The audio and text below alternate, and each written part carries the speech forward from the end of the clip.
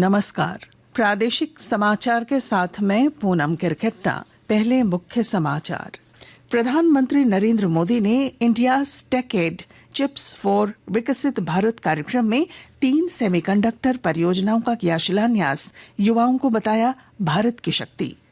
सूचना और प्रसारण मंत्री अनुराग सिंह ठाकुर आज नई दिल्ली में प्रसार भारती के प्रसारणों के प्रचार के लिए ऑडियो विजुअल माध्यम शब्द का करेंगे शुभारंभ। केंद्रीय शिक्षा राज्य मंत्री अन्नपूर्णा देवी ने कहा, नागरिकता संशोधन कानून पर विपक्ष कर रहा तुष्टीकरण की राजनीति, इस कानून से किसी को डरने की जरूरत नहीं। लोकसभा चुनाव 2024 को लेकर झारखंड सचिवालय सेवा के 6 अवर सचिव स्तर के पदाधिकारियों की मंत्रिमंडल निर्वाचन विभाग में की गई प्रतिनियुक्ति। और कोयला मंत्रालय 31 मार्च 2024 तक 1 बिलियन टन कोयला उत्पादन का लक्ष्य हासिल करने की ओर अग्रसर। और अब समाचार विस्तार से। प्रधानमंत्री नरेंद्र मोदी ने आज इंडियाज टेकेड चिप्स फॉर विकसित भारत कार्यक्रम में 1,25,000 करोड़ की लागत की 3 सेमीकंडक्टर परियोजनाओं का वर्चुअल माध्यम से शुभारंभ किया। ये परियोजनाएं गुजरात के धोलेरा तथा साणंद और असम के मोरी गांव में स्थित हैं। प्रधानमंत्री ने देश भर के युवाओं को संबोधित किया। उन्होंने कहा कि आज के नौजवान भारत की शक्ति हैं। उन्होंने कहा, design in India chip Bharat को नई दिशा की ओर ले जाएगी। उन्होंने कहा, आज भारत दुनिया का दूसरा सबसे बड़ा मोबाइल निर्माता देश है। भारत दुनिया का सबसे बड़ा स्टार्टअप सिस्टम बन गया है। भारत चौथी औद्योगिक क्रांति में भूमिका निभाएगा। सूचना और प्रसारण मंत्री अनुराग सिंह ठाकुर आज नई दिल्ली में प्रसार भारती के प्रसारणों के प्रचार के लिए ऑडियो विजुअल माध्यम शब्द का करेंगे शुभारंभ। इस दौरान वे आकाशवाणी समाचार और डीडी न्यूज की संशोधित वेबसाइटों का भी शुभारंभ करेंगे। केंद्रीय शिक्षा राज्य मंत्री सह कोडरमा सांसद अन्नपूर्णा देवी ने कहा कि नागरिकता संशोधन कानून से किसी को डरने की जरूरत नहीं है, बल्कि इस कानून से एक नियत समय से पहले भारत में रहने वाले गैर मुस्लिम शरणार्थियों को नागरिकता मिलने का रास्ता साफ हुआ है।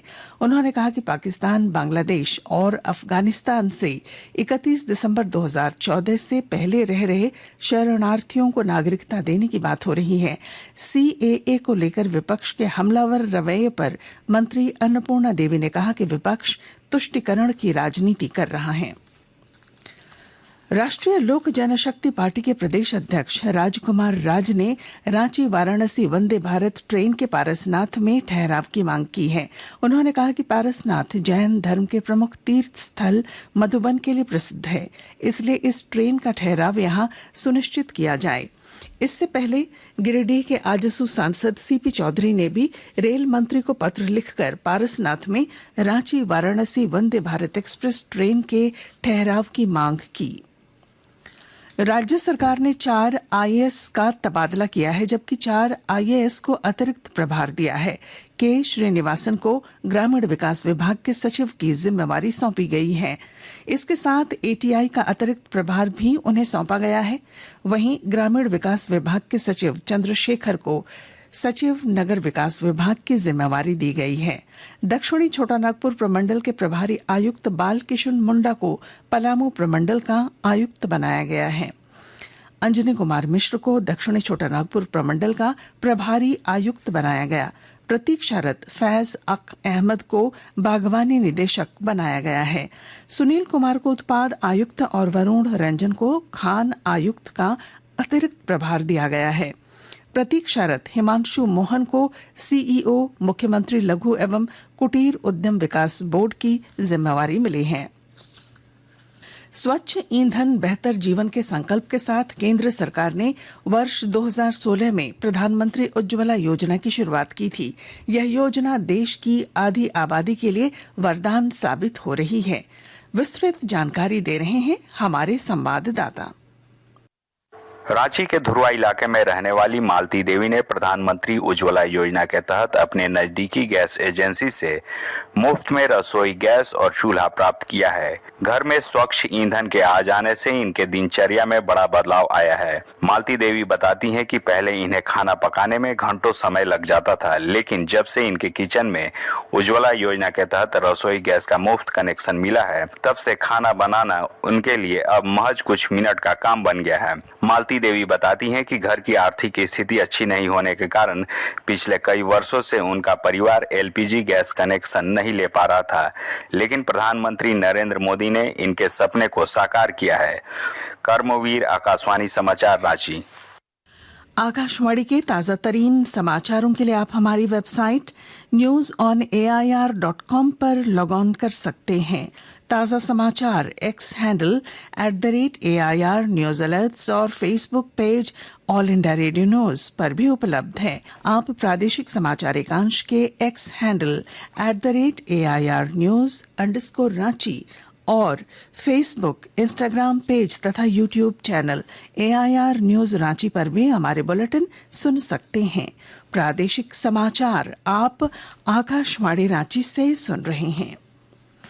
लोकसभा चुनाव 2024 को देखते हुए झारखंड सचिवालय सेवा के 6 अवर सचिव स्तर के पदाधिकारी की प्रतिनियुक्ति मंत्रिमंडल निर्वाचन विभाग में की गई है। स्वास्थ्य विभाग में कार्यरत मनोज कुमार सिंह, प्रधान मुख्य संरक्षक कार्यालय में कार्यरत संजय कुमार सिन्हा, राजस्व परिषद के घनश्याम प्रसाद, जल संसाधन विभाग से विनोद कुमार, उद्योग विभाग से संतोष कुमार चौबे, कृषि विभाग से विभाग चंद्र सिंह की प्रतिनियुक्ति की गई है। सरकार ने आधार कार्ड में बिना किसी शुल्क के अपडेट करने की तारीख बढ़ाकर 14 जून 2024 कर दी है। लोग नजदीकी आधार केंद्र या आधिकारिक वेबसाइट के माध्यम से अपनी जानकारी अपडेट करा सकते हैं। प्रधानमंत्री के आत्मनिर्भर भारत के दृष्टिकोण के अनुरूप ऊर्जा क्षेत्र में सतत विकास और आत्मनिर्भरता की दिशा में कोयला मंत्रालय रणनीतिक पहल के साथ कार्य कर रहा है। इसके तहत कोयला मंत्रालय 31 मार्च 2024 तक 1 बिलियन टन कोयला उत्पादन का महत्वाकांक्षी लक्ष्य हासिल करने की ओर अग्रसर है। मंत्रालय के आंकड़ों के अनुसार 6 मार्च 2024 तक भारत में कोयला उत्पादन का लक्ष्य 900 मिलियन टन के आंकड़े को पार कर चुका है। 26 नवंबर 2008 को मुंबई आतंकी हमले के दौरान 150 से अधिक लोगों की जान बचाने वाले मरीन कमांडो प्रवीण तेवतिया ने आज चतरा के हंटरगंज प्रखंड के उच्च विद्यालय मैदान में युवाओं और स्कूली छात्रों को योगाभ्यास कराया।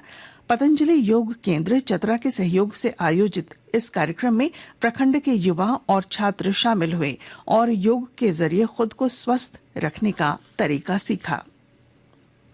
जमशेदपुर शहर के विभिन्न चौक चौराहों में एंटी क्राइम चेकिंग अभियान चलाया जा रहा है।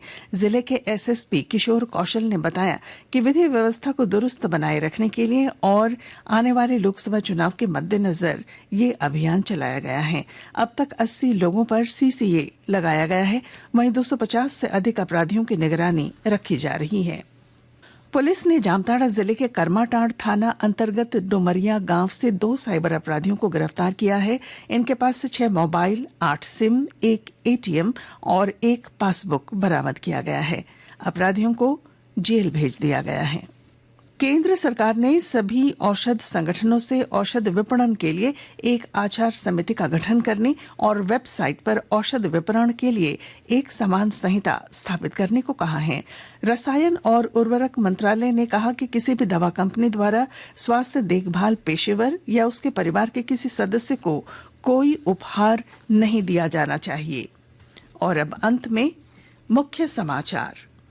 प्रधानमंत्री नरेंद्र मोदी ने इंडिया टेकेड चिप्स फॉर विकसित भारत कार्यक्रम में 3 सेमीकंडक्टर परियोजनाओं का किया शिलान्यास। युवाओं को बताया भारत की शक्ति। सूचना और प्रसारण मंत्री अनुराग सिंह ठाकुर आज नई दिल्ली में प्रसार भारती के प्रसारणों के प्रचार के लिए ऑडियो विजुअल माध्यम शब्द का करेंगे शुभारंभ। केंद्रीय शिक्षा राज्य मंत्री अन्नपूर्णा देवी ने कहा, नागरिकता संशोधन कानून पर विपक्ष कर रहा तुष्टिकरण की राजनीति, इस कानून से किसी को डरने की जरूरत नहीं। लोकसभा चुनाव 2024 को लेकर झारखंड सचिवालय सेवा के 6 अवर सचिव स्तर के पदाधिकारियों की मंत्रिमंडल निर्वाचन विभाग में की गई प्रतिनियुक्ति और कोयला मंत्रालय 31 मार्च 2024 तक 1 बिलियन टन कोयला उत्पादन का लक्ष्य हासिल करने की ओर अग्रसर। और इसके साथ ही आकाशवाणी रांची से प्रादेशिक समाचार का ये बुलेटिन समाप्त हुआ। नमस्कार।